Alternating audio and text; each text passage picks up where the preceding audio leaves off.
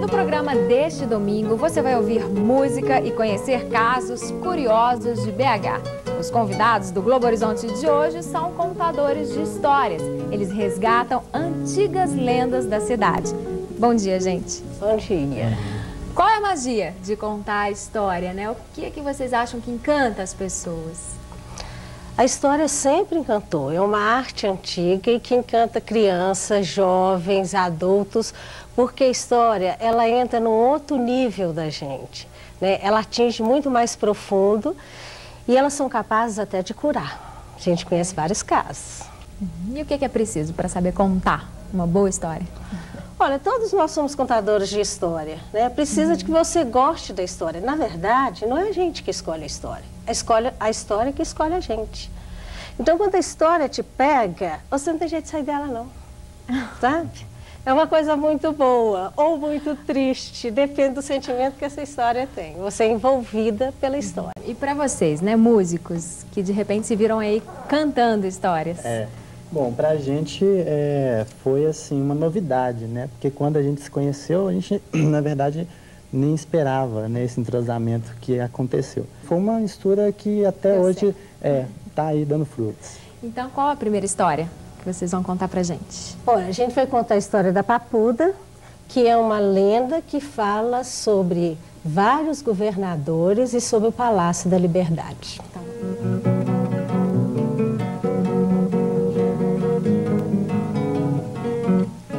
Eu sou do tempo em que o Arrudas tinha peixe, dos bondes e dos grandes carnavais. Belo Horizonte era cidade-jardim, tempos que não voltam mais. Quando a cidade era pequena, tão jovem começando a existir, e a Avenida Afonso Pena era o principal lugar pra gente ir. Tempo em que o Giacomo vendia sempre um bilhete premiado, e quando a bronquite aparecia, o remédio era um rum reusotado. Tempo que torcida era coligação, o Atlético às vezes campeão, e o Cruzeiro era o Palestra Itália, clube do meu coração. Bela Belô, Bela Belô, canto choro feito com amor. Bela Belô, oh Bela Belô, homenagem do compositor. A história que eu vou contar, ela atravessou Orelhas, fez o seu caminho e veio parar aqui e agora.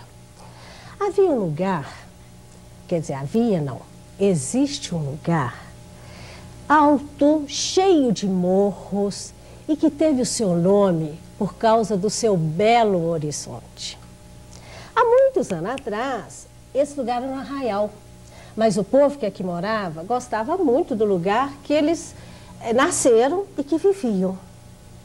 Certa vez, aparece por aqui uns homens, sabe aqueles homens vestidos de preto, chapéu na cabeça? Com uma fala diferente. Uma conversa mole e um olhar, mas o olhar era um olhar de gavião. Assim, ninguém, nem coisa alguma, escapava aos olhares daqueles forasteiros. E sabe que notícia que eles vinham trazer? Que esse arraial ia virar capital. E no lugar dessas casas, das ruelas que existiam, iam ser construídos, eles construíram avenidas, praças, edifícios, palacetes e até um palácio. Agora, para a construção mais importante, que era esse palácio, eles escolheram um lugar aonde morava uma velha. Ali existia um casebre. Ela tinha sido escrava, a Maria Papuda. Maria Papuda não era uma mulher qualquer, não. A Maria Papuda, ela conseguia traçar o destino dos homens, dos animais, das pedras, das plantas. Quando a Maria Papuda ficou sabendo que ela ia ter que sair da casa dela e que ali ia ser o Palácio dos Governadores, a mulher desesperou. Nossa, ela fez de tudo, olha, ela pediu, ela chorou, ela implorou, mas nada. Sabe aqueles homens de preto? Eles foram irredutíveis. Você tem que sair e ponto final. Quando ela percebeu que não tinha mais nada para fazer, a única coisa que aconteceu foi uma tristeza tão grande. O coração endureceu e ela, com muita mágoa, soltou uma praga. Vocês podem até fazer o palácio, mas não vão ter sossego nele, não. Coincidências à parte, o certo é que aconteceram umas coisas muito esquisitas naquele palácio. Silviano Brandão faleceu logo após o seu governo, um pouco antes de poder se tornar vice-presidente da República. João Pinheiro morreu em meio à sua administração. Não, Raul Soares se foi, ó, em pleno poder. Gente, o Olegar Maciel esticou as canelas assim dentro de uma banheira antes de terminar o mandato. E JK? JK tinha uma cisma danada com aquele palácio, tanto que ele mandou construir o das Mangabeiras. Agora, contam que Israel Pinheiro mandou chamar um médium muito famoso lá de Congonhas. Era o Zé Arigó. O Zé Arigó observou a situação e aconselhou o seguinte: plantem rosas, coloquem cercas. Por uns tempos, o palácio ficou até abandonado. Ele era aberto para uma visita ou para outra. O mais interessante foi o que nós descobrimos, que praga também tem data de validade. E a da Papuda, graças a Deus, já venceu.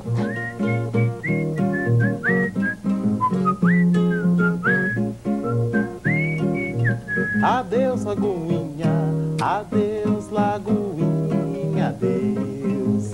Estão levando o que resta de mim. Dizem que é força do progresso. Um minuto eu peço para ver seu fim. Adeus, Lagoinha, adeus, Lagoinha, adeus. Estão levando o que resta de mim.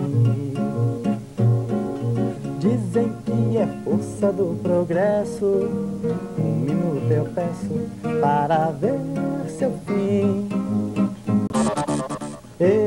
BH, BH, Belo Horizonte, sei que não nasci aqui, mas aqui descobri minha fonte. BH é a semente da fruta Minas Gerais, que nasceu desse Brasil, que no qual não me perco nunca mais. Tô vindo do Rio de Janeiro, São Paulo, Rio Grande do Sul. Sei que são terras tão belas, mas foi BH que me deu uma luz. O programa de hoje tem música e casos curiosos de BH. Os convidados do Globo Horizonte deste domingo são contadores de histórias que resgatam lendas da cidade.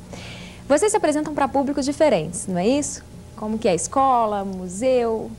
Bom, a gente apresenta em escola, apresenta em museu, em centros culturais, em empresas, espaços abertos, não só para públicos diferentes e espaços diferentes, como a gente tem vários projetos de história e que a gente faz uma adaptação de tempo de acordo com aquele evento. Tá. E o que eu queria saber é o seguinte, nesse público, né, qual que é a diferença em contar a história para um público de uma empresa, ou no museu, ou numa escola? Qual é a reação das pessoas diante de uma lenda, por exemplo?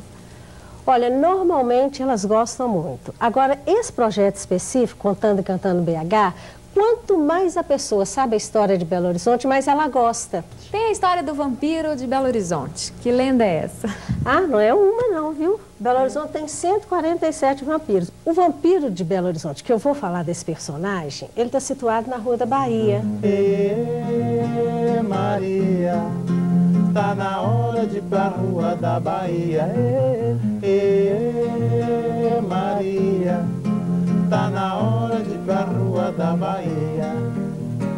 Ai, que bom, um chope no Trianon.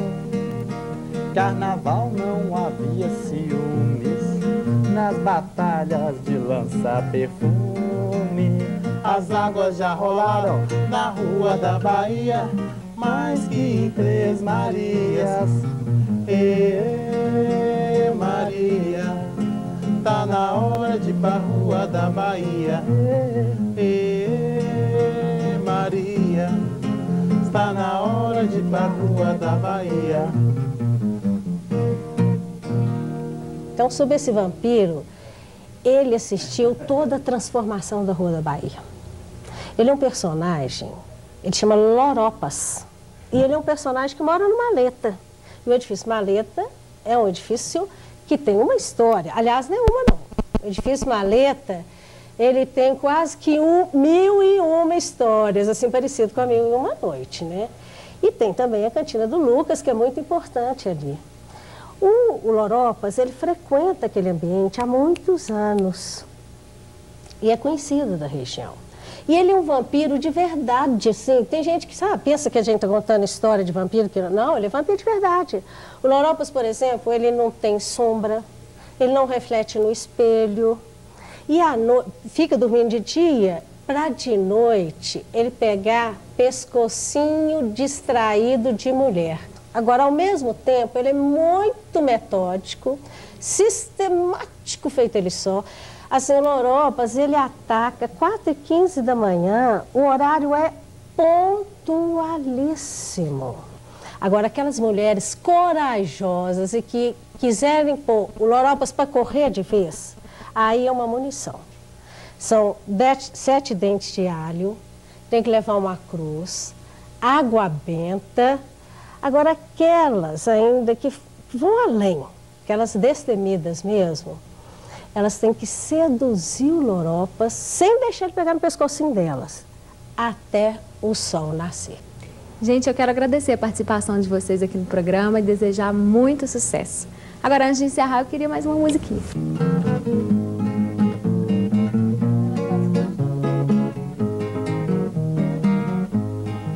Belo Horizonte, sorri pra mim.